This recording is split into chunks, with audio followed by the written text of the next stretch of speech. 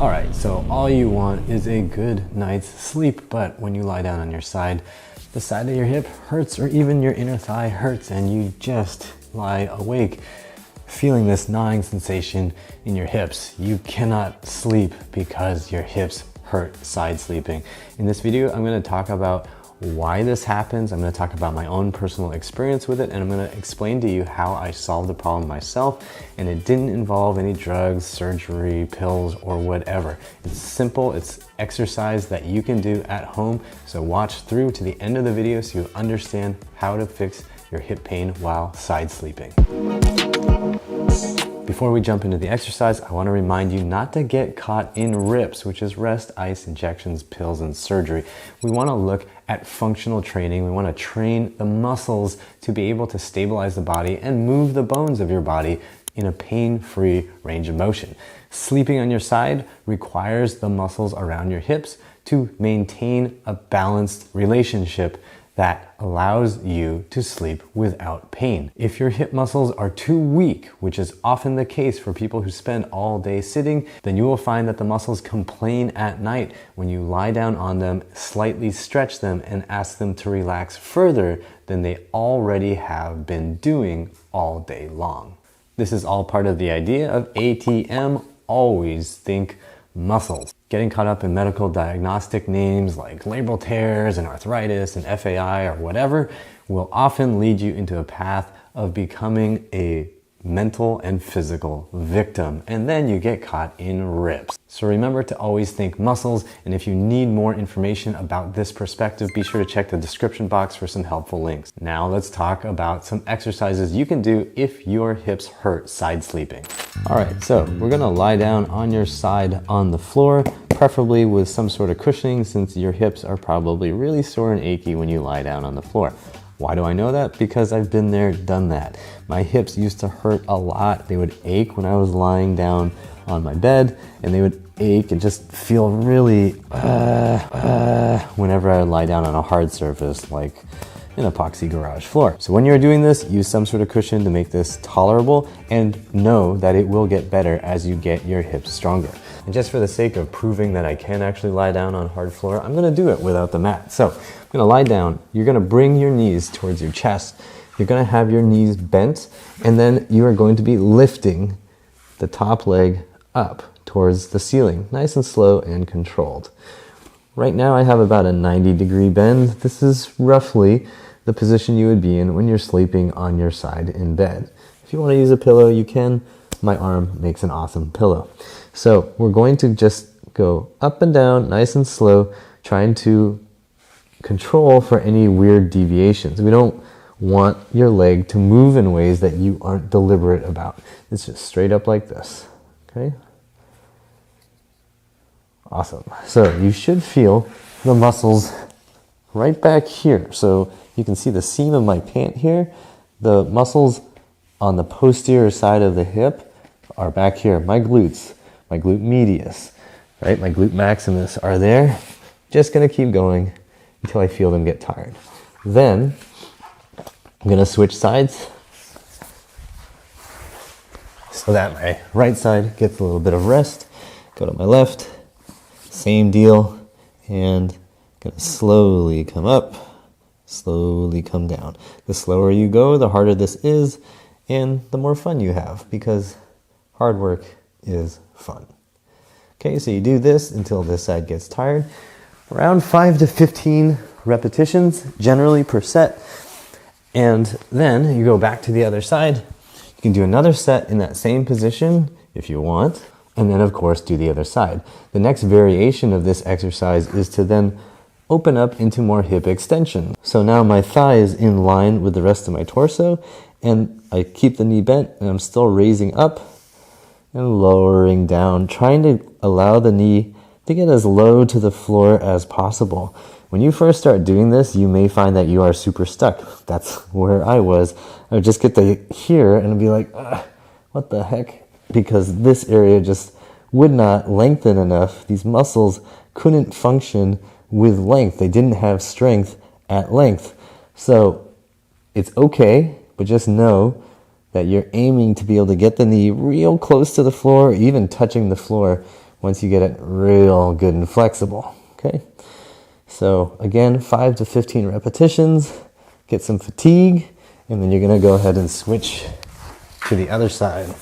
Lying down, this knee is up towards my chest, this knee is down so the thigh is in line with my body, and then I'm going up and down. This should feel like the side of the hip, so it's not so much posterior hip, it's going to be more directly under the crest of the pelvis. So it'll feel kind of like it's sort of centered on the seam of the side of the pant, right in here, this area. So it's getting some glute medius and some glute minimus, teaching the hip abductors to fire. So you can do another set of that for both sides, and you will feel like your hips are probably a bit on fire and engorged with blood. Why am I suggesting hip strengthening exercises when your hips feel tight when you go to sleep? The reason is muscles can feel really tight when they get really weak. Most people are not overusing their side hip muscles. Most people are not doing exercise that challenges the side hip muscles to be strong and short. Most people just have super weak, flabby side hip muscles that aren't doing anything. So then when you lie down, those really flabby hip muscles are not able to provide the stability and the sense of integrity that you need to be able to fall asleep on your side. By doing these exercises, you're building strength, you're bringing blood back into these starved muscles, and you will discover that your hips start feeling better pretty quickly. When you're just starting these exercises, I would suggest doing these just 2 days a week, 2 sets for each exercise variation. A Monday, Wednesday, or Monday, Thursday schedule would work really well. And if that feels fine, you're not getting super sore, you can bump that up to 3 days, possibly even 4 days a week, just depending on how it feels for you.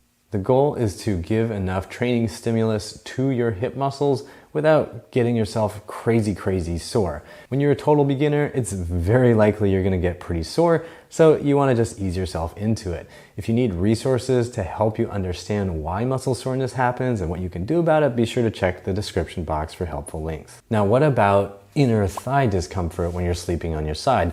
Let's say you lie down, you're side sleeping, and the inner thigh just feels like, oh, it's really tight, or it feels like something's being compressed in there.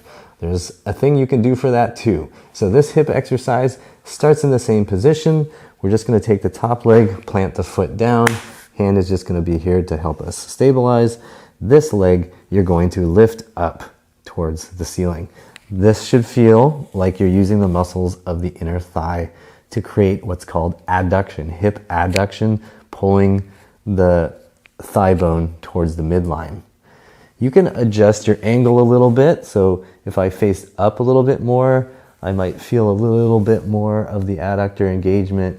If I lean this way, I can increase the demand a little bit more here. So you just have to play around a little bit, find what feels weak. Maybe going out this way, you feel it more in the adductor at the lengthened position, and then it struggles to come up. That's great. Find the struggle and work on that. Make that challenging range better. Keep working on it, smooth it out. If you see it's like shaking and wobbling, that's a sign that your inner thighs are super weak. The only thing that's gonna make your inner thighs stronger is constant practice of that same motion. With this exercise again, sets of 5 to 15 are good, and doing them on both sides, 2 sets is a great idea, and just pair them up with the other exercises I already showed you. That'll give you a nice start for building balance in the outer hips and the inner thighs. Once you're familiar with the versions I've already shown you, you can also play with angles. So if we're down into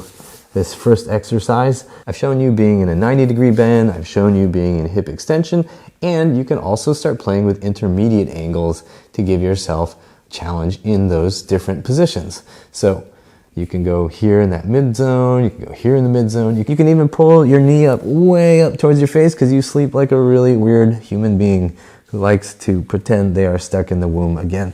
So this is fine. Any of these angles, totally fine. And the same goes for the inner thigh exercise. If you want to bring that knee away from your face and go more into hip extension and work on it in funky angles, that's totally cool too. There's no wrong answer with that. Just get used to the first variations I showed you and then work on these other ones as you find and feel weird little dead zones. And finally, if you want to up the demand and really build strength and control, get yourself some ankle weights or even use lightweight plates and find a way to get them onto your leg. So ankle weights, they even sell thigh weights with a longer strap, but for me, ankle weights work.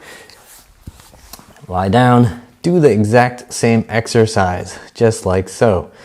And you will find that adding resistance adds difficulty, which makes the muscles stronger, which will make you more resilient. It will improve your balance, and it will make it easier for you to sleep on your side without hip pain. And if you're getting hip pain side sleeping in your inner thigh, then you could just take that weight, stick it in there, and same exercise. Now you've just got a little more work for your hip muscles.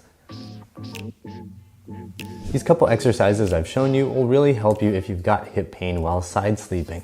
They will build your hip strength, and that will make things a lot more comfortable when you sleep on your side. To improve other aspects of your life and to make greater gains in your hip mobility and hip strength, I really suggest you look at other hip exercises. Things like hip thrusts, glute bridges, stretching your hip flexors, strengthening your hip flexors. All of those will make a big difference in your overall quality of life. I have a beginner hip mobility program that helps you explore your flexibility and strength deficiencies. So if you're looking for a systematic but practical beginner's introduction to hip mobility and hip strength, be sure to check out the Healthy Hips program, which I'm gonna link down in the description box. And if you're somebody with hip pain and you've been told it's hip impingement or FAI, then be sure to check out the link for the FAI fix, which you'll find down below as well. More articles, links, and resources are down in the description box, so be sure to check that out. Karate kick the like button on this video, then do a side kick to hit the subscribe button, and then punch that bell notification icon so you don't miss out on any future videos. I'm Matt Hsu from Upright Health, reminding you that pain sucks, life shouldn't.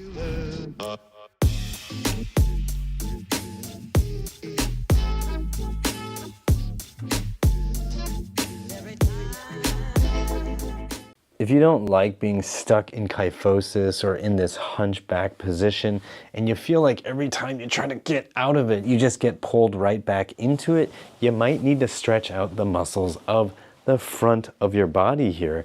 And in this video, I'm going to share a workout with you that will help you open that up and strengthen some of these muscles back here so that you get better at staying out of that hunchback position.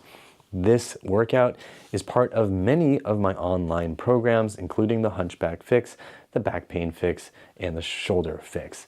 The exercises in this workout have helped me a lot with my back pain and some of my shoulder function, so I hope you find this workout just as helpful for you. And if you want a streamlined version of this workout without the full instructions so you can just follow along and get it done in under 7 minutes, then be sure to check out one of the programs that's going to be linked down below.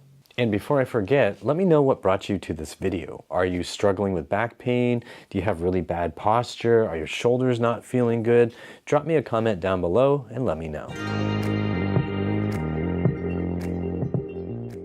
We're going to start belly down on the floor and use an exercise mat if you're on a hard floor like I am so that it's more comfortable. Your goal in this exercise is to find a level of challenge for the front side of your body, a stretch on this front side without feeling compression, pinching, jamming, or pain anywhere on the back side. So we're trying to counteract our normal C curve that we are in when we're on our computers, when we're working on our phones, playing around on our phones. We're often in that hunchback position. So now we're going into a more open, arched position. So you're just going to find the level of challenge that feels doable for you. And then you're going to be breathing, taking deep breaths, trying to inflate everything in the front, the back, your ribs, everything expanding. And then exhaling. We're also going to explore slight changes in position, so you can move to the side and take big breaths, opening up the ribs. Check the other side. And getting a stretch through the abdominals and the front of the rib cage, the side of the rib cage. Over time, as you get more flexible and more accustomed to this position, you can bring your arms in closer to your body, so your elbows can help leverage you up a little more into the arch. And as you get even better at this, you can start to arch up more fully, extending the elbows and getting the spine to really go into an arch, really counteracting the regular position we often find ourselves in. So don't rush to this position. You're heading this direction, but don't do this right off, especially if you've never done any stretches in this position before, because you may hurt your back. Go gradually and just little by little start bringing yourself further and further up. One other tip that might help is keeping the glutes and the thighs lightly engaged. So those muscles are working a little bit. That helps stabilize the pelvis, helps the spine feel a little more secure, so you can play around with the level of contraction there. But remember, we're focusing on getting the spine to open up. You can start tilting your head up and getting your spine to go into extension. So let's get ready for the Cobra pose. You'll be on your forearms if you're a beginner, and if you're more advanced, you can do this on your hands. 1 minute and 30 seconds. Find the level of challenge that feels doable, and here we go. So nice breath in, trying to inflate your lungs, really opening everything up.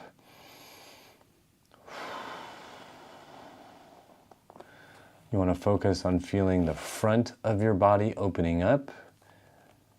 And you only want to go as far as you can go without your backside feeling like there's pinching or jamming happening back there. There should be no pain in your spine. So if that means you need to be lower, be a little bit lower. Really trying to counteract kyphosis or hunchback posture here. Think about getting as much of an arch through the whole spine as you can. So think about each segment of your spine. Trying to open everything up. Not just the lower back, but also the mid back, the upper back. You can also slowly and gently shift a little to one side. So I'm turning to my right and getting more stretch on my left right now. Again, make sure you don't get any pain or jamming anywhere, and that you're just feeling the stretch along the front side of your body. And be willing to explore both directions and see what kinds of restrictions show up. Nice. Good job. And take a rest. Now we're going to shift onto our hands and knees, and then you're going to put your butt back as close as you can to your heels. You can have your toes pointed like I'm doing now, or you can have them curled under. Whatever feels stable and comfortable for you is fine. We just want to have the butt as close to the heels as we can so that we keep the lower back as still as we can throughout this exercise.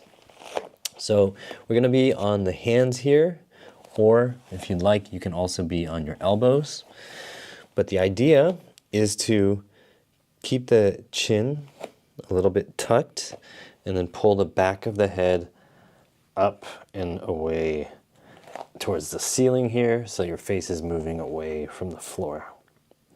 So you should be feeling muscles work in the upper and mid back here between the shoulder blades to create a spinal extension. So we're strengthening these muscles now that we've opened up the front side of the body. And we're just going to hold this position for 1.5 minutes if possible. If you ever need to take rests, take rests. If you feel like you're straining anything, just take rest, take some breaks whenever you need it. If you're doing it down on your elbows, it's going to look very similar. You're just going to be staring at the floor a little bit more and pulling the back of the head up towards the ceiling. The reason we have the butt close to the heels is because it keeps the low back out of the exercise. So if you were, for example, here and you started lifting up, it's very common for the low back to go into extension as well, and that's not what we're trying to target and train. So keeping the heels and the butt close means you can really focus it on the mid and upper back. And over time, once you feel like you're feeling the right muscles, you can also try lifting the head up a little bit more. Just make sure that you're not crunching the back of the neck. You're trying to keep it a little more open as you start to look up.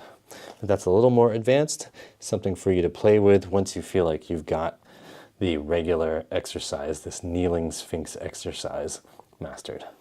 Okay, so let's get ready for the kneeling Sphinx. Get your butt close to your heels. You can be on your hands or your forearms, whichever one feels more natural and challenging for you. You're going to pull the head back towards the ceiling, and here we go. So we're feeling the muscles of the mid and upper back working. You shouldn't really feel the lower back working. Breathing. If at any point it feels like you're getting really tired, you need to take a break, you can't breathe, please take a break. This is just training these postural muscles to open up the spine into extension, to get us out of that hunchback position.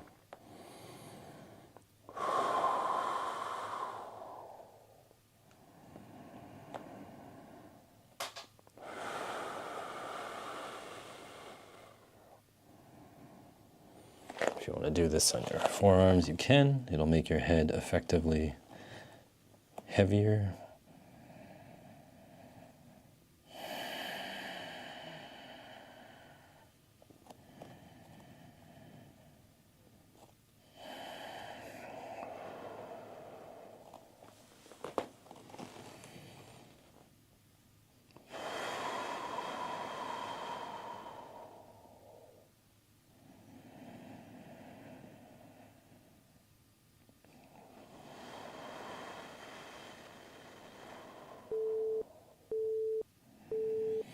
Good job. Now take a rest.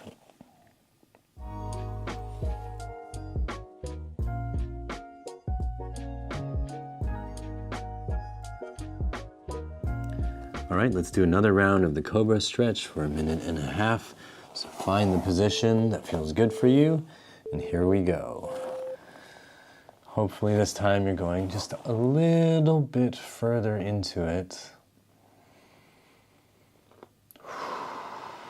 And if you are already flexible enough, you could start pressing yourself up into an even bigger arch. Really thinking about the whole spine arching up, while feeling the front of your body stretching open for this. But take your time. If this feels like it's too much, don't do this. Stay lower.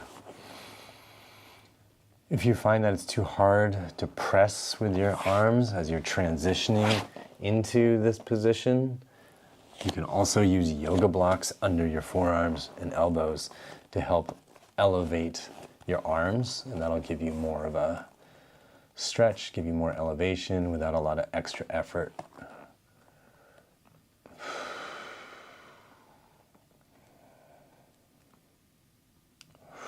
So just pay attention, breathing, thinking about the whole spine.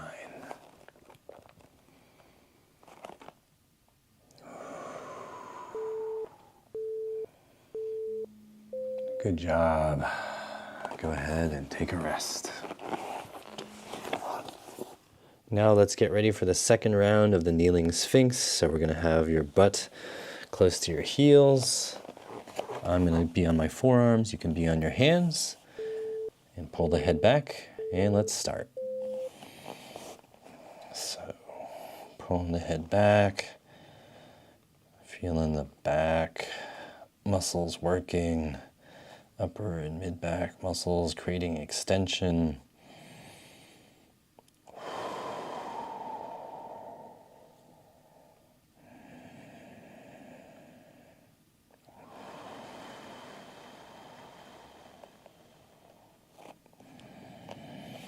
As you get better at this, you're confident in feeling the right muscles working, you can also start bringing the head and neck into it, trying not to just crunch down in the back of the neck, but keeping the back of the neck more open as you also then look up.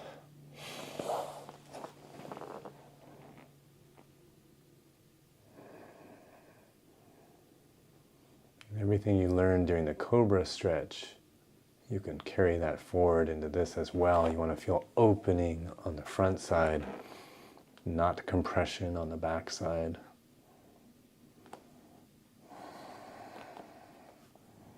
You want to feel work on the back side, muscles creating movement on the back.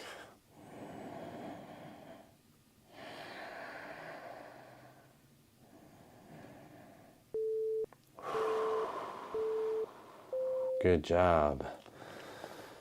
Go ahead and take a rest. That's it for this workout. When you stand up, go slow and take your time, and then check in and see how your posture feels. Let me know how this workout feels for you and your body, your posture, your spine, your everything by dropping me a comment down below. And if you're wondering how often to do this, I would suggest you start off with 3 times a week and see how that feels. Give yourself some time off, so maybe you're doing it Monday, Wednesday, Saturday, and if you feel like, wow, this feels really good and I want to do it more, and your body feels like it can handle it, you can feel free to do it more often. Maybe you don't even do the whole thing, and maybe you just do one little stretch every single day. Whatever feels like it's right for your body and doesn't feel like it's making it hurt or making it feel unstable, then you should be good to go. This is a pretty gentle workout, so it's unlikely you're going to strain anything unless you are going really hard and intensely, which you may have noticed I did not tell you to do. Also, if you'd like a streamlined follow-along version of this workout, you can find it in my online programs like the Hunchback Fix, the Back Pain Fix, and the Shoulder Fix, and you'll find links to those programs down below this video. If you want more videos like this, make sure to hit the subscribe button, the notification bell, and if you want to support videos like this, get one of the online programs or go to patreon.com/uprighthealth to help support future videos like this. I really appreciate it. Hit that like button, share this video with someone who needs it, and as always, I hope you remember that pain sucks, life shouldn't. How long has it been since you've been able to lie down on your side and get a good night of sleep without shoulder pain? Drop me a comment down below and then watch through to the end of this video because we're going to talk about 3 main exercises that are going to help you restore function and comfort to your shoulder so you don't have shoulder pain at night when you sleep. Also, big thanks to Jen B for asking this fantastic question. Jen, I hope you find this helpful, and if you're not Jen, I still hope you find this video helpful. Everything you're going to see in this video is based on my own personal experience with shoulder pain when sleeping at night. This right shoulder used to be terrible at night, but I have since fixed it after many years of struggle, and I'm going to share everything I think will help you. And if you do have chronic, recurring, stubborn shoulder pain, I encourage you to check out the Shoulder Fix program. It's on my website at uprighthealth.com/shoulders. Link will be down below. All right, let's get to the first exercise. So these first 2 exercises, I'm assuming you don't have much in the way of equipment, so you don't need a bench, you don't need this special foam box, you can just use your sofa, an ottoman, or a chair. You're gonna do an exercise called the reverse fly. So you're gonna be bending over, supporting yourself on your chair or whatever. Your arm is gonna go out to the side like this, and you're just gonna lift as far as you can without activating these muscles up here. You're trying to activate the muscles of the back of your shoulder and between your shoulder blades. So you're here, you're coming out to the side like this. Viewed from the side, you wanna make sure that your spine is staying neutral. So if you have weak shoulder muscles, you might start doing funny things like this. You're gonna see your shoulder blade hike up towards your ear, your spine might curve. You wanna keep all of that under control, and you're just firing the muscles of the back of the shoulder and right here, medial to the shoulder blade. Oh yeah, I just can't quite get it. Oh yeah. The reason we're doing this is because your posterior shoulder muscles are probably really atrophied, and atrophy aches. In addition, if you don't have strong muscles back here, guess what happens to the arm bone? It's all loosey-goosey, and when you lie down on your side, you have all your body's pressure pushing the humerus, your upper arm bone, forward, and there's gonna be some limit to what is gonna be comfortable. If you have more meat back here that holds this in place, it's gonna feel a whole lot more comfortable. Now you may be saying to yourself, I exercise all the time, the back of my shoulders should be fine. And my response to you is, do you do anything like this? If not, then the backs of your shoulders are weak. And if you want them to get stronger, you're gonna have to do exercises that force them to work. So I suggest you do this, and you can do it on just the side that hurts for now, but you should really do it on both sides if you wanna stay balanced and you want both shoulders to feel good for the long run. If you want to get even stronger for the long run, start adding some resistance. You can start off with something simple like a water bottle, and if you decide that your body is worth the investment, you might want to get yourself some light dumbbells and then some heavier dumbbells over time to build up strength in your shoulders and also in the rest of your body. Whew, what a workout. This exercise may look pretty easy, but if you've never done anything for your posterior shoulders, get ready to be humbled. Notice also with hand position, I've got my thumb still pointing down, the bottle cap is still pointing down.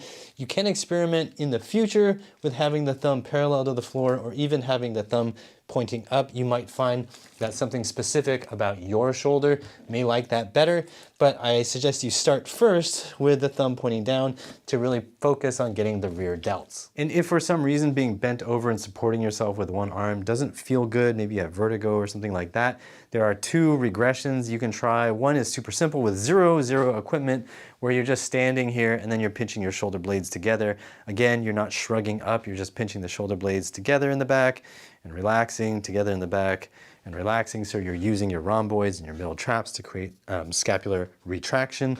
From the front view, it just looks like this. It's like, what's up? What's up now? What's up now? I got stronger shoulders, that's what's up now, right? So you're just pulling your shoulder blades open like that. If you want to get the full benefit of the exercise that we did bent over, you're gonna need to have some sort of resistance coming from in front of you. So using exercise bands or a cable machine would be a good way to do it. You would just need to have a solid anchor point and a band or cable, and then you're gonna be pulling back like this. You can play around with the anchor point height, but the idea here is the exact same thing as what we did when we were bent over. You'll notice that the thumb still has that same orientation when I'm doing it right now.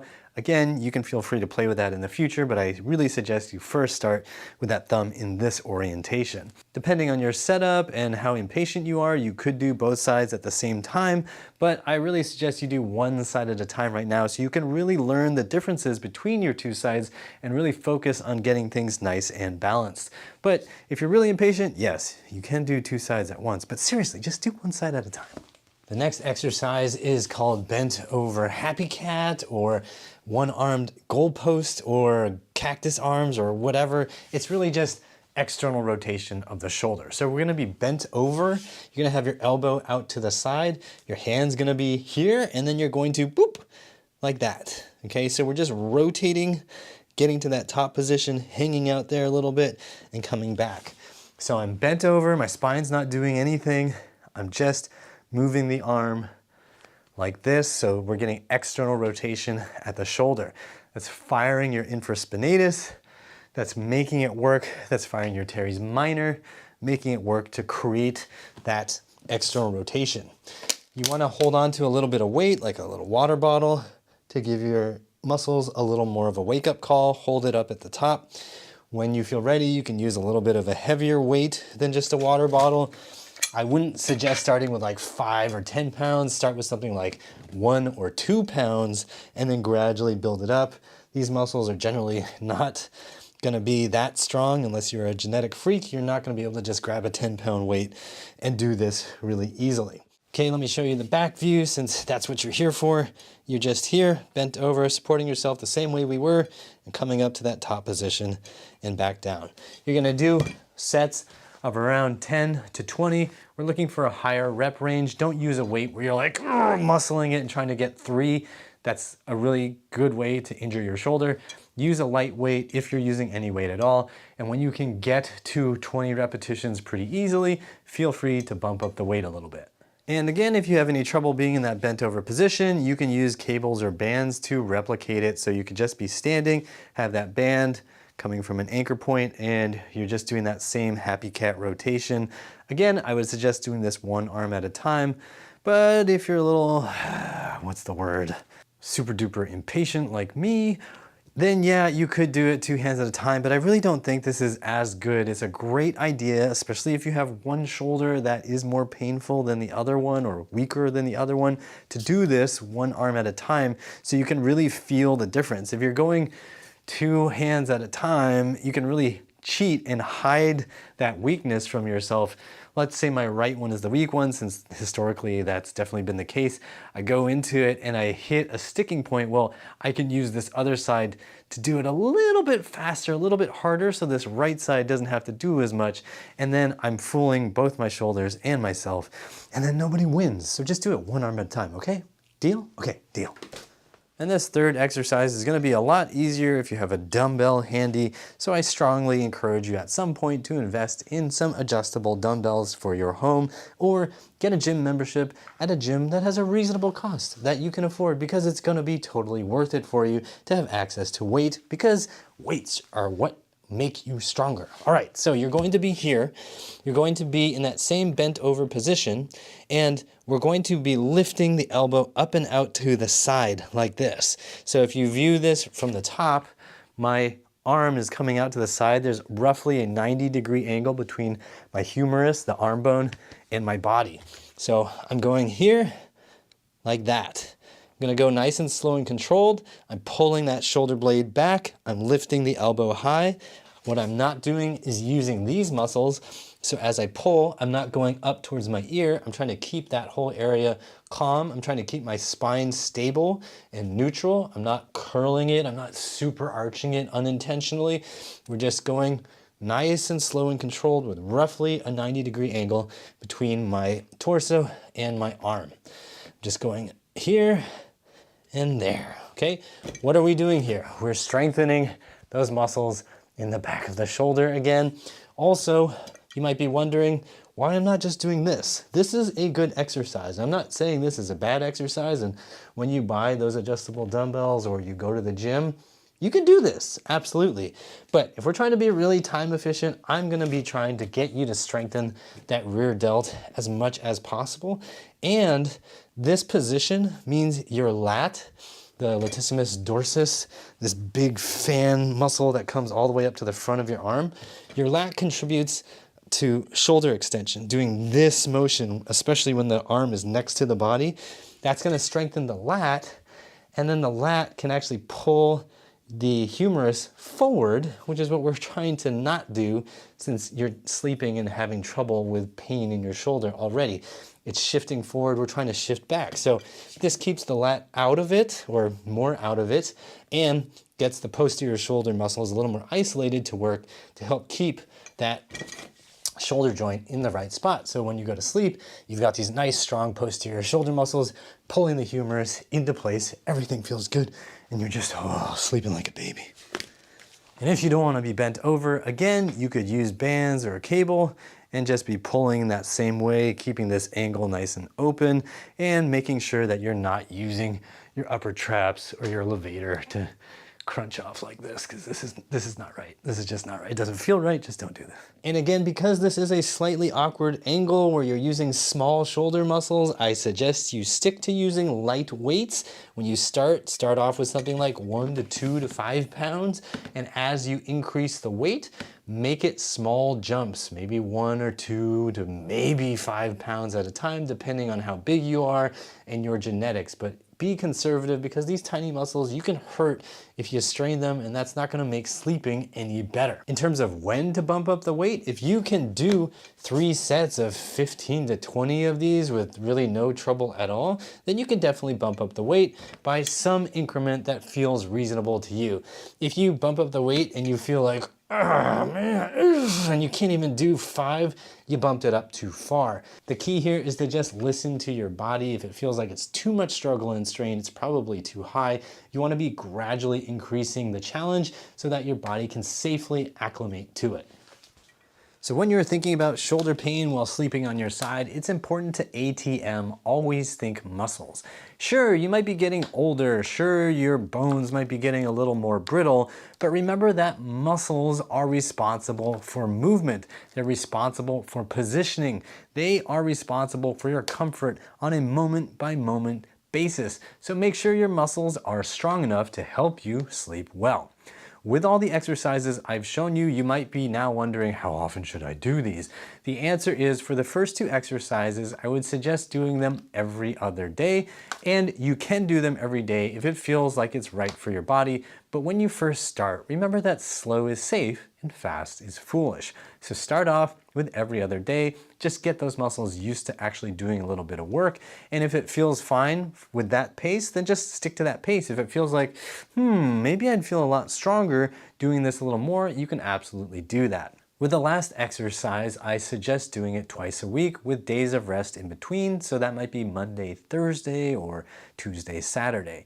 Make sure you're using a weight that is of a moderate challenge. You don't want to use one that's just so light and easy that you could probably do it all day. You want to use something that actually says, hey muscles, wake up, I want you to actually get stronger. And on that note, as you increase the resistance level with all of these exercises, make sure you listen to your body. Because right now, if you're starting off at 0 and you're doing exercises number 1 and 2 with no weight, and you're doing them every day and that's helping things feel good, once you start adding weight, you might need to reduce the frequency. So if on exercise 1 and 2, you start using bands or cables, or you start even using 5-10 pound dumbbells to do them, then you're really gonna wanna consider what your body can recover from. Right now, with body weight, easy peasy, but with 5 or 10 pounds, you might need to move to the same schedule as what you're doing with the dumbbell row. It's all about adjusting for what your body can recover from. So again, with exercises 1 and 2, you can probably get away with every single day right now, but once you start adding weight, you might need to dial it back. And when you're doing the weighted dumbbell row with the wide arm position, you're probably gonna wanna be careful right off the bat and only do that twice a week. Fixing your shoulder pain while sleeping is gonna be a process. You're gonna learn, you're gonna make some mistakes, you're gonna feel uncomfortable sometimes as your muscles get sore from all the new work. Just remember that over time, this is going to result in a stronger body overall, and it's going to result in more resilience over time. You should be conservative when you start, but make sure that when you start to feel a little more confident, that you start using more weight to train those muscles to get stronger, so that you get the real benefit of being a stronger human. You're gonna be able to move better and sleep better. I hope this video helps you solve your shoulder pain while sleeping on your side at night, and when it does, please hit the like button and drop me a comment down below to let me know of your success. And if you have some stubborn chronic shoulder issues, be sure to check out the Shoulder Fix program on my website, and I will have a link down below as well. Hit the like button, subscribe, and as always, I hope you remember that pain sucks, life shouldn't.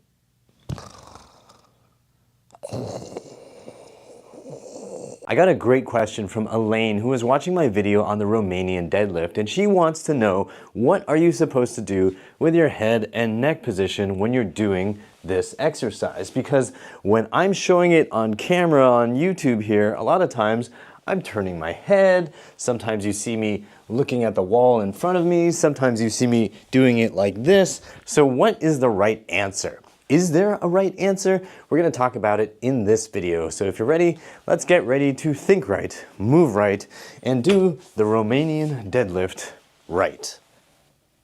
Is this right? Tommy, is this right? Are you asleep again? So first, let's talk about textbook platonic ideal correct Romanian deadlift. You want to have your head and neck in alignment with your spine, and to minimize any variables changing throughout the lift, you want to just keep your head and neck basically the same the whole time. As you go down, your head and neck don't really change.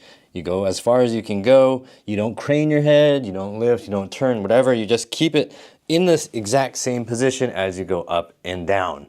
That's the platonic ideal. That's basically ensuring that the relationship between your shoulder blades and your neck and your skull doesn't really change much, and it doesn't put you in some slightly awkward positions that might strain the muscles that are around the neck and shoulders. For people who want to lift the most amount of weight in the most efficient way possible with the lowest risk of injury, this is probably the way you want to do things. The only tricky thing is your eyes then need to get real soft because you're not going to be focusing your gaze on any one thing. You're just going to be letting your eyes trace that arc as you're being dragged down and as you come back up. That may not come naturally to you, but again, if you are trying to achieve the lowest risk of injury with the maximum amount of weight, you're gonna just wanna have your head and neck follow along for the ride. But does that mean that's the only way to do it? Does it mean that everyone should be trying to lift the maximum amount of weight? Probably not. But we do want to keep in mind that we are always trying to minimize our risk of injury unless we want to be laid up in bed for a couple weeks, cursing the day we ever tried the Romanian deadlift. The thing is, if you're watching this channel, your goal is probably not lifting maximum weight and becoming a crazy strong power lifter. Your goal is to make sure your body works well for daily life and some of the other things you like to do for fun. You're not trying to be the Hulk. You're not trying to win at the CrossFit Games if people are still doing CrossFit. If you're an elite level lifter, you're probably not watching this unless you've already broken your body and are trying to figure out how to undo all that damage from lifting without consciously paying attention to muscle balance. So for normal people like you and me and Elaine, I think it's reasonable to allow for different head and neck positions, and as long as it's done very intentionally in a way that doesn't subject you and expose you to an unnecessary risk of injury. For me, I know that I am not going to live a life where I am always lifting exactly like a robot, where my head and neck are not going to change position while I'm bending over. I know that because I'm making these videos and I'm turning my head to look at you. And I also know when I'm doing other movement explorations that my head and neck need to be able to do things separate from what the rest of my body is doing. If I'm trying to learn some sort of cartwheel maneuver, my head and neck need to be able to go to different positions and still be strong in them. If I'm trying to learn how to do some kind of a handstand, something like that, and I need to be able to look over to the side while doing it, I should be allowing my head and neck to do different things on a regular basis. If I only keep my head and neck locked like a robot all the time, the one time I'm under speed and load and I'm trying to turn my head, I'm going to go and then I'm screwed. All of which is to say, I will experiment with my head and neck position. Sometimes I'll do it with some good extension, so I'm looking up at the wall, and I can experiment with how much extension in my spine I'm doing. Am I really arching up in an exaggerated fashion? Because this can actually be quite useful for me for some of the things that I'm learning. Or am I exaggerating looking down and rounding my spine intentionally? Or am I turning my head because I want my shoulders to be able to maintain position in my head and neck to feel strong while my head is turned? Or maybe the other way, if I did it to the right, I gotta be able to do it to the left. These are all explorations that I can do, but I have to do them intentionally. I don't wanna be going into these thinking, yeah, I'm gonna do this the right platonic ideal way, and then start doing the wrong thing entirely just because I wasn't paying attention. If you're just starting the Romanian deadlift, I would say do it with a really neutral neck and spine position. Do that platonic ideal where you're just moving like a robot. That minimizes variables. And then once you feel pretty good at that, you can start to experiment with different options. And let me give you some tips for when you're doing that to keep you safe. And before we get to those 3 tips, let me just invite you to check out my do-it-yourself programs at uprighthealth.com/DIY. You'll also find them linked down below. The Healthy Hips program might be right up your alley, so go check that out. Okay, let's get to those 3 tips. Here we go. Tip number 1, we've kind of talked about already. Be really intentional about what you're doing in the movement. If you're gonna move like a robot with your head and neck, move like a robot with your head and neck. Be clear about it before you start so that you can execute as best you can. Do it slowly, do it carefully, and do it with the best possible form you can manage. Tip number 2 is to be conservative when you are trying any new thing. So if you're deviating from the platonic ideal of the Romanian deadlift, make sure that you use a lighter weight before you start messing with your head and neck position. If I was using 2 dumbbells before with the regular robot Romanian deadlift, then when I'm turning my head and neck, I want to feel things out, especially the first couple times. I want to make sure that my head, my neck, my shoulders all know what the heck they're supposed to do and that nothing twinges or grabs or pulls when I'm doing it in a different configuration. That's going to keep me safe and it's going to minimize my risk of injury long term. Tip number 3 is to make sure you don't let experimentation become an excuse for poor execution. Make sure you're super duper clear about what you're doing, how you're supposed to be doing it, and move at a pace and an intensity that allows you to accomplish that goal without going into weird compensations and cheating and then telling yourself, well, I'm just experimenting. And finally, tip number 4 is to please excuse the sloppiness you may have seen from me when I was executing my Romanian deadlifts. I was talking to the camera. It's hard. It's hard. You try it. You try talking to your friends on your phone while you're trying to do the Romanian deadlift and see how good your form is. It's probably not that good, which is why I suggest you turn your phone off, put it away when you're doing your workouts, hide it in your bag, make sure you're not constantly texting while you're working out. I promise you, it'll make a huge difference to the quality of your movement and the quality of your workouts. If everything I said in this video made sense, comment down below yes. And if you have questions that still are unclear, drop a comment down below with that question. Hit the like button. Check out my do-it-yourself programs at uprighthealth.com/DIY or check those links that are down below. Subscribe. And as always, I hope you remember that pain sucks. Life shouldn't. What if I told you that there was a simple habit that you could implement into your life today that would help you live longer and help you enjoy the years that you have left even more? And it doesn't matter how old you are right now. Would you be interested? Because there is a simple habit that can do just that. And before we jump into it, I want to ask you a question that's maybe kind of related, and that's when is the last time that you sat on the floor? And when is the last time that you stood up from the floor? Drop me a comment with your answer down below. All right, let's get into it. Now, if you're a real smarty pants, you might already be thinking, I think it might have something to do with being on the floor. And the answer is, you're right. The habit that can help you live longer and feel stronger for the rest of your life is actually sitting down on the floor at least 10 times a day for at least 20 minutes a day cumulative. And now you might be wondering, why those exact numbers? Is there science to back this up? And the answer is those are pretty arbitrary numbers, and I picked them because they're very doable, and I'm hoping that something really good will happen once you start hitting those numbers, which I'll tell you about later. The important thing for you to know right now is that doing what I just said 10 times a day for around 20 minutes total in the day sitting on the floor is very achievable, very doable, and it doesn't require you to make massive changes to your life, even though this habit will make massive changes to your life. And before I forget, I want to thank Nate on Foot, or Nate Eon Foot, or Nateon Foot, for inspiring this video and asking a question about the possible benefits of sitting on the floor. I hope you enjoy this video, Nate on Foot, and I hope, if you're not Nate, that you enjoy it too. All right, let's get going. For most of human history, we didn't have chairs, we didn't have seats. We had logs and rocks and the ground to sit on. We weren't constantly locked in this position for 8, 10, 12, 16, 18 hours a day. And while you might think that's a totally inconsequential fact of life, since that's the only life you know, the reality is your legs, your hips, your spine, your torso, even your shoulders can be a lot stronger, and they would be a lot stronger if they were constantly challenged to just get you up off the floor and back down to the floor in creative ways and in different configurations. And it's such a simple habit, but it's been totally removed from our daily lives because we've got chairs.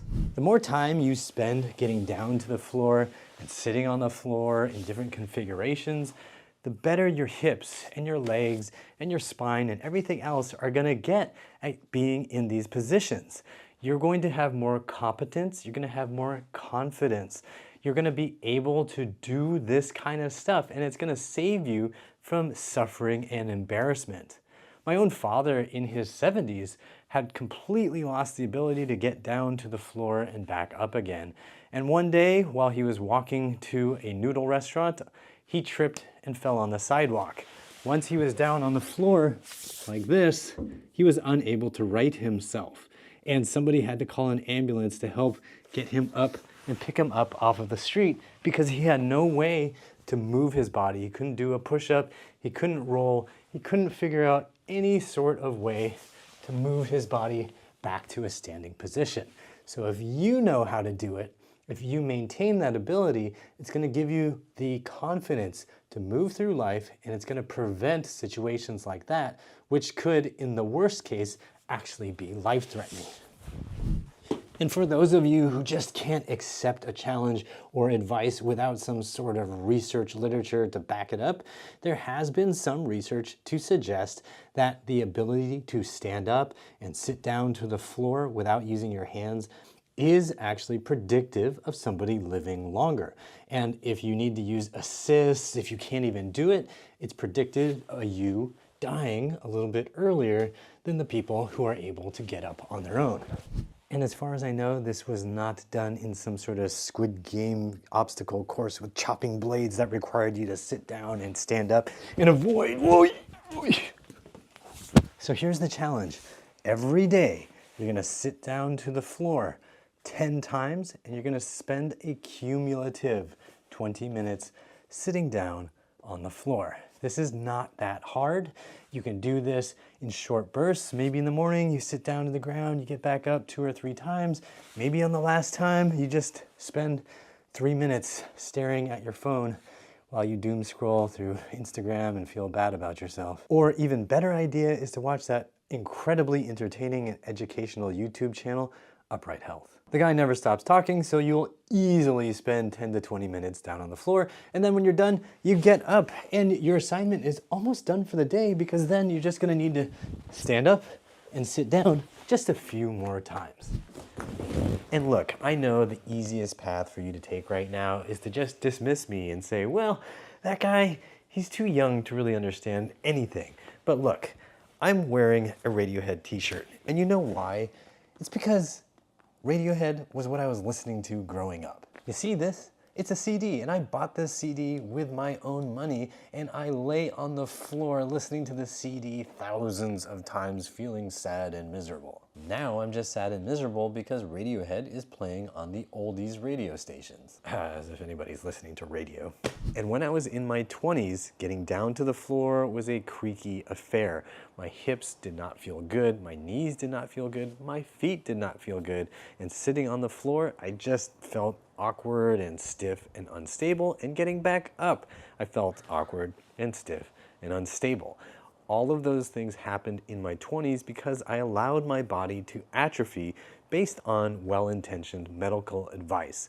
I was told that rest would make my body feel better and hurt less, but that's not the case because that just leads to AI, which is atrophy-induced immobility. In addition, this lady right here, that was my mom, and in her mid-70s, even suffering with dementia, she was able to build more strength and mobility to get down and up from the floor again by just training twice a week, 20 to 40 minutes each time. I did that with her despite her dementia, despite her advanced age, She was able to get stronger, and it was noticeable to anybody who was watching her that she was getting better, which means you do not have an excuse, and you can't just use old age as the excuse. I mean, you can if you really want to, but I don't suggest it. But also remember that slow is safe and fast is foolish, so take your time. If you feel like coming down to the floor is really tough and you need assistance, please use assistance. That's going to help you safely build the strength to get down to the floor. You don't have to do this with any perfect form. You just need to do this as best you can and as far as you can. If you find that, you know what, it's not possible to get down to the floor feeling safe right now, don't go all the way down to the floor. Just get down halfway and try to get some control. Try to let your legs hold your body. Let your legs get used to the work and then come back up. So you don't have to be doing exactly what I'm saying and get down to the floor, but you want to be working towards that. And then once you can get down to the floor, you can develop your comfort just being in different positions here and your comfort and strength getting back up. And again, please use help if you need it. Use 2 legs, use 1 leg. Figure out where your feet need to be, how you need to place your assistance to help you do this safely. Over time, you're going to develop more and more options. Right now, maybe you need to lean a lot here and pull yourself up.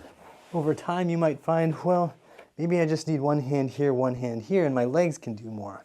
And then maybe you're going to get even better where you can just use a little bit of help to the point where you might find you don't need any help at all. What I really want to get across here is that there's not a wrong way. You're trying to make every way a strong way. So don't be afraid to be creative. Put on a little bit of music and try some different variations. Maybe you want to use 2 hands right now because that's what you need.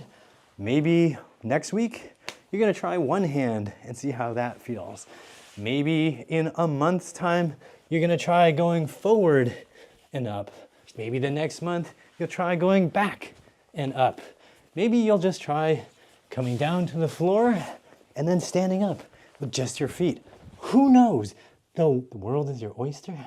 Oysters don't really stand up. The world is your giraffe. I don't know what the metaphor is. Just if you have a good one, drop me a comment down below. Wow, kind of embarrassing. I should really write these scripts more in detail. Oh yeah, and earlier I mentioned that the numbers that I picked are kind of arbitrary and that I'm hoping that something happens as you start doing this challenge. And here's what I'm actually hoping for. I'm gonna be upfront with you. I'm hoping that as you get more comfortable being on the floor, you're gonna find excuses to get down on the floor more than just the bare minimum that I've asked you to do. It's pretty easy to find reasons to get down here. You can stretch. If you have kids, you have nephews, nieces, if you lost a contact lens, if you drop a pencil, if you can't find the remote control and it's slid under the couch, again, all great reasons to get down on the floor and practice your newfound ability to get down, move around, and get back up again. And remember that muscles control movement. And if you feel like you've got muscles that are just not working well, joints that are hurting, I encourage you to check out some of my do-it-yourself programs that I will have linked down below. And you can find them at my website at uprighthealth.com/DIY. If you're watching this video, you should probably check out the Healthy Hips program. It'll be a great way to help you build lower body strength and flexibility to safely get down to the floor and back up again. And if you're a senior, which I'm not saying you look like a senior, but if you are one, then be sure to check out the seniors program because I've got some detailed daily drills and other ideas to help you specifically with getting down to the floor and back up again safely. And come to think of it, I've also got a free video on YouTube already that I'll link to at the end of this video to help you get down to the floor and back up again. So try this challenge out for 30 days and let me know how it goes for you. What did you discover? What did you learn? And how does your body feel after spending 20 minutes a day on the floor and 10 times a day getting up off of the floor? How do your legs feel? How strong are they? How good do you feel? Drop me a comment down below. And then when you're done, hit the like button, subscribe, share this with everybody you know. And as always, I hope you remember that pain sucks. Life shouldn't.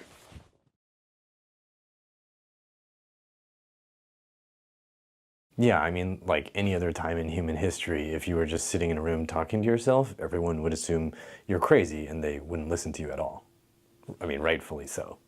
Okay, so Bonnie and I are talking about getting knee pain when you're doing the Asian squat or the primal squat, resting squat, deep squat, Hindu squat, whatever you want to call this very human squat position. In some recent videos, I talked about knee pain when you're doing this squat and gave you some exercises to help you strengthen your knee. If you haven't watched that video, I will link to it later. It'll also be in the description box. But in this video, I want to talk about some stretches I didn't mention in that video.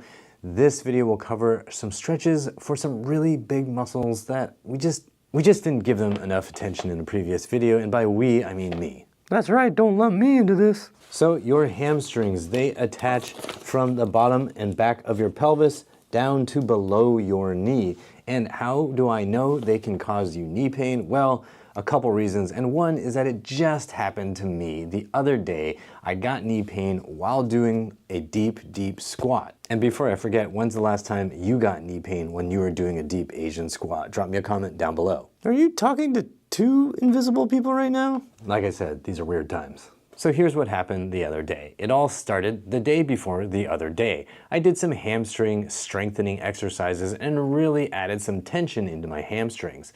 Then a couple days later, on the other day, I did some dancing. And when I dance, I like to dance pretty hard. I get crazy, and sometimes when I want to take a rest or I just want to get real weird, you'll find me down in a deep squat. But when I went to stand up from it, my knee felt a little funky. And then I was like, ah, no, the dance is over. And then I said, no, it's not. So I started stretching my quad a little bit and I felt like, well, that's nice, but I don't think that's really the problem.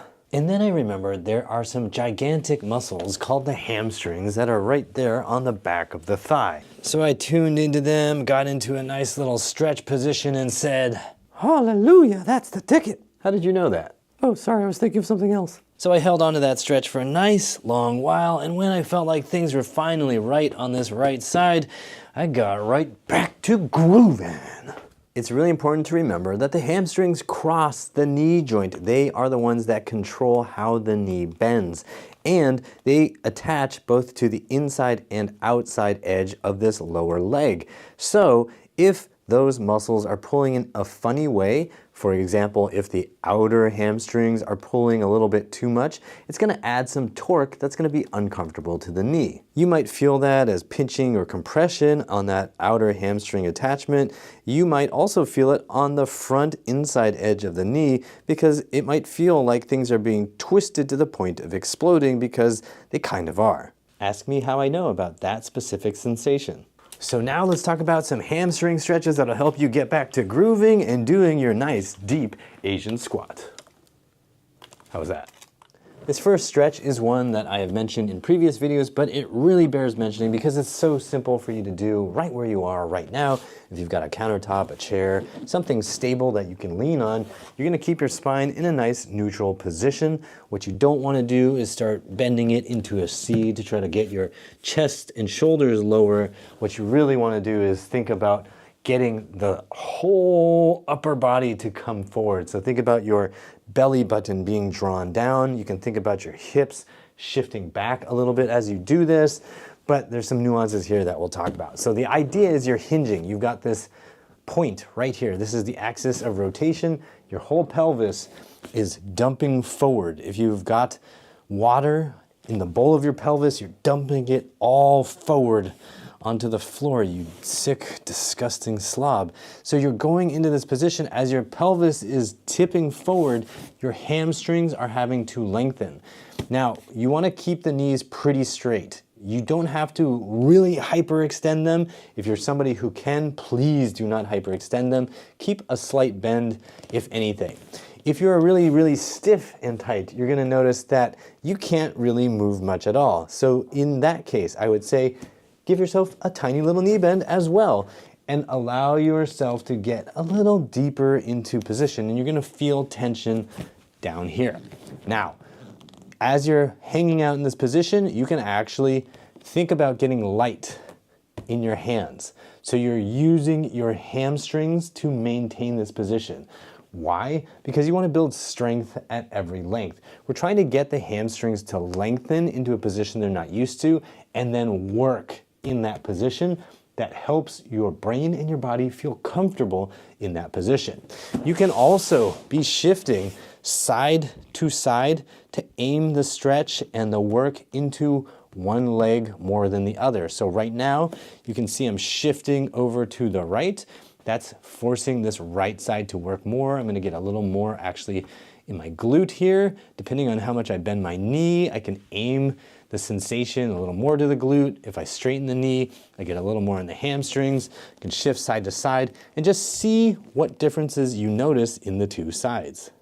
Hallelujah. I didn't know you had tight hamstrings, Boney. I don't. I'm just feeling all the tension of the holidays melt away. You can also mess with how close together your feet are to get a little more stretch down the center or to the outside. If you have your feet wider, you're gonna get more stretch down the inner thighs. So this is a great hamstring stretch that you can do pretty much anywhere. You can play around with the variables, knee bend, how much you're tipped over, how much work you're doing, and just get the hamstrings and the glutes used to allowing you to get deeper and deeper and deeper into hip flexion.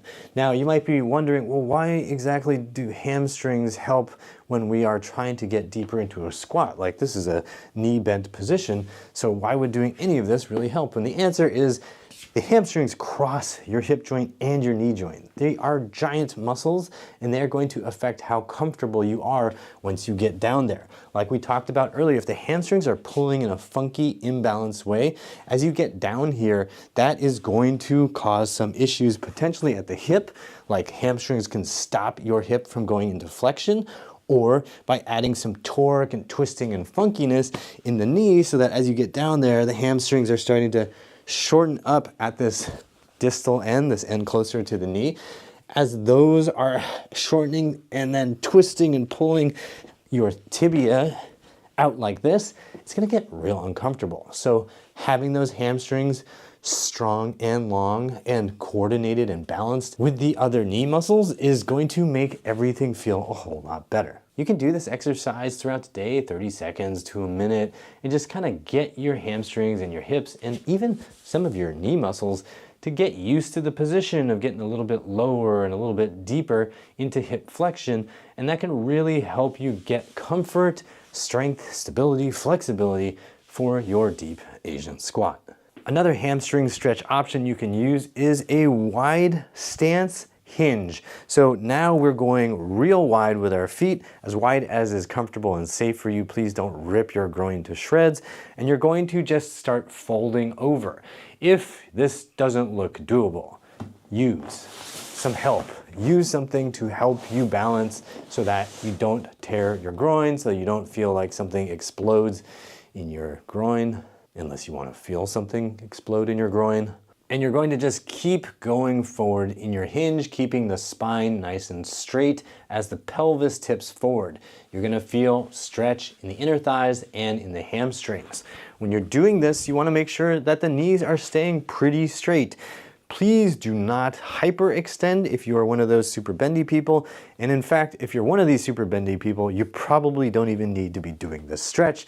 Super bendy people, if you've got knee pain, please watch the previous video where I talked about strengthening exercises that will help your knees feel better in the squat. But for all you stiff people out here, we're gonna be going into this hinge, keeping the knees pretty straight, and we're going down, down, down, down. Now this stretch, I love. This is actually the one that really was super helpful right away when I was dancing because it was getting into some super tight fibers that were just stretching all along the backs of my thighs.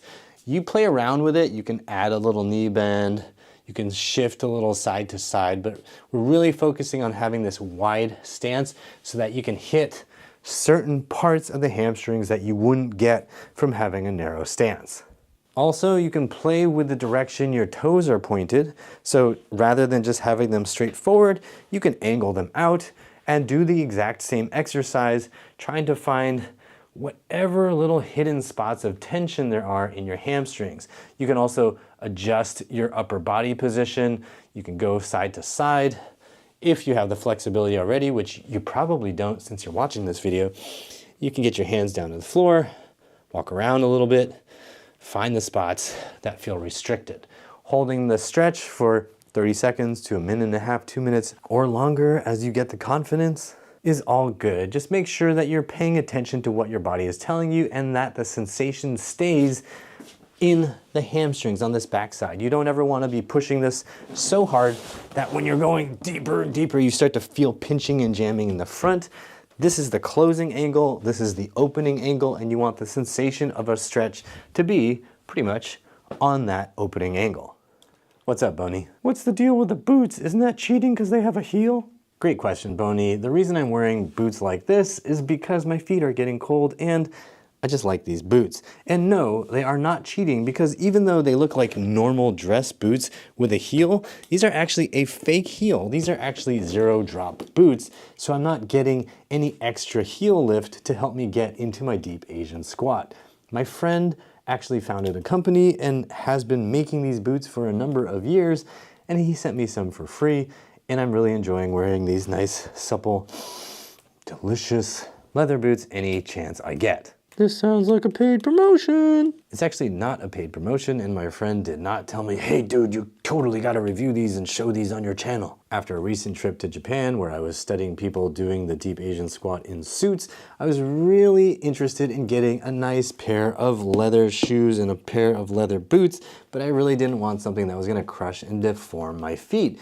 And lo and behold, my friend has been making these boots for years, and I just never felt the desire to actually wear dressy shoes like this. But now that I do, I got them for my friend, so I'm stoked. I'll put a link in the description box, but more importantly, you guys should look for the link for the Asian Squat program and the Healthy Hips program, because both of those programs will help you rebuild your hips, your lower body, to get deeper into this deep Asian squat. Links for both programs will be down below in the description box and in the comment section. Can we talk about the third stretch now? Let's do it. For this third stretch, you're gonna put your foot up onto an elevated surface. I would recommend you start with something that's fairly low, something about the height of your other knee or lower is a good thing to start with. You're going to have your foot up, you're gonna have your toes pulled back, and you're gonna think about taking the other side of your pelvis and you're gonna push that forward. So you're trying to twist towards this leg. This is going to give you a pretty noticeable stretch on the outer hamstrings of this leg.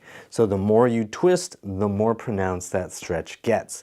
Then if you want to get even more stretch, you can start to bring your whole body forward, hinging at the hip joint, not just hinging in your spine, right? So we're not just C-curving, we are right here trying to pull that pelvis, trying to think about the belly button being pulled towards the foot so that the spine is moving forward, the whole torso is moving forward, and you're gonna feel tons of tension in the outer hamstrings. This can be really, really helpful if you feel pain in your knee when you're doing the squat, because a lot of times these outer hamstring muscles are cranking the lower leg in a funny way that adds torque that actually makes the knee hurt. So this can be a real awesome stretch, and it can really help unlock your hip flexion as well. And one more time for those in the cheap seats, you're going to put your leg up here. I've got my left leg here, so I'm going to take my right side.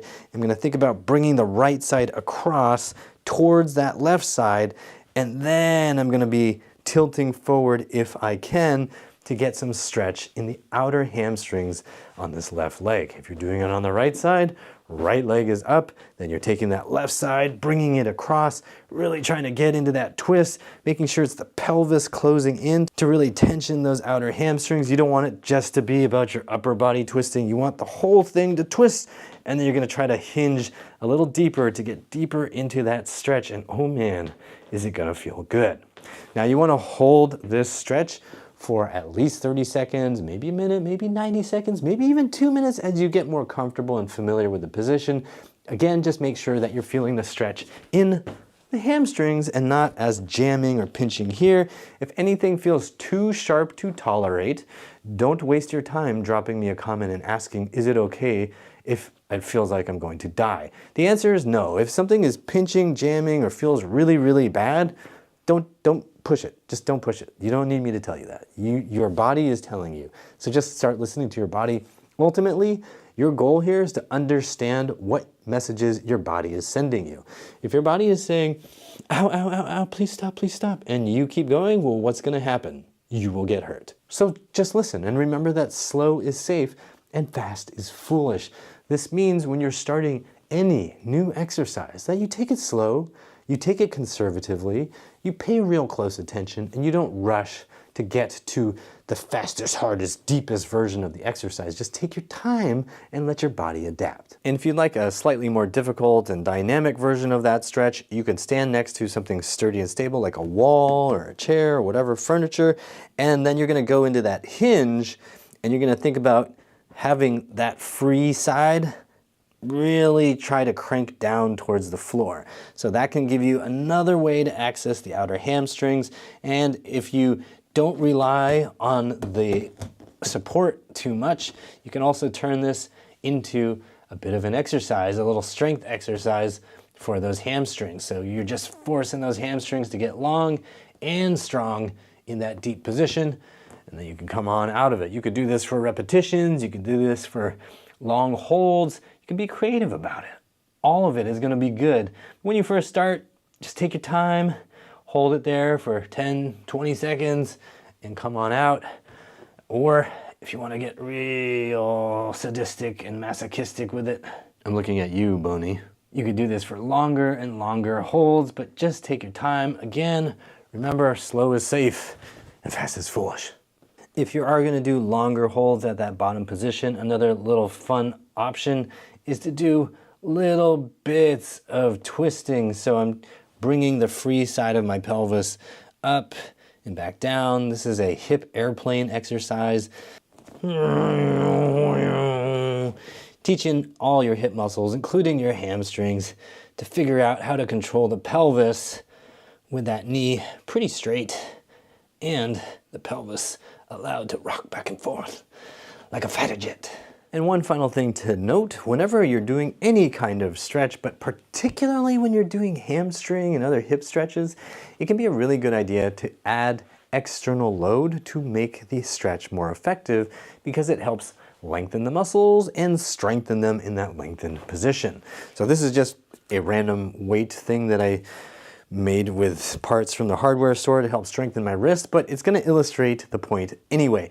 Say you're gonna do the wide stance hinge. Normally when you're doing it, it's your body weight that is providing the stimulus. It's providing the load for the hamstrings that's gonna stretch them out. Well, what would happen if I were holding on to extra weight? Well, that extra weight would mean that my hamstrings are having to do extra work. So I would start off with something that I feel safe and comfortable with. I let that weight drag me deeper than I've ever been before. And I think about maintaining tension, maintaining control over my end positions while still holding on to that weight. Really thinking about using the hamstrings and making sure I have control through the full range of motion. When I get more comfortable with that, I could use heavier and heavier weights. This is a kettlebell, and it can drag me very effectively down, down, down, down, down. I want to keep my spine nice and straight. Make sure I use the hamstrings as they lengthen, get them nice and long and strong so that they can handle this weight. Adding load to your hamstring stretches can be a wonderfully fun and fantastic way to improve your hip mobility and improve your body's ability to drop on down into a deep Asian squat. Should I start using the weights right away? Great question, and the answer is absolutely not. There is no rush to start using weights. When you do start using weights, make sure you do it slowly and safely and conservatively. Don't grab a 50-pound dumbbell. Start with something lighter so you can get used to the feeling and get used to the coordination.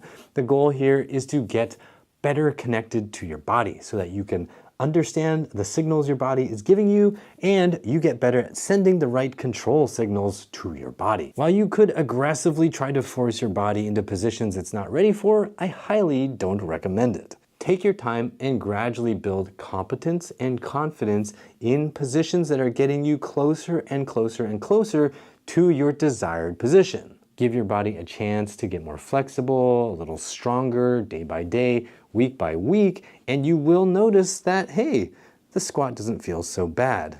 And anytime you notice a sticking point or something that causes you discomfort, use that as an invitation to investigate. Rather than saying to yourself, well, I guess I'm just not built for this, try saying, what does this actually mean?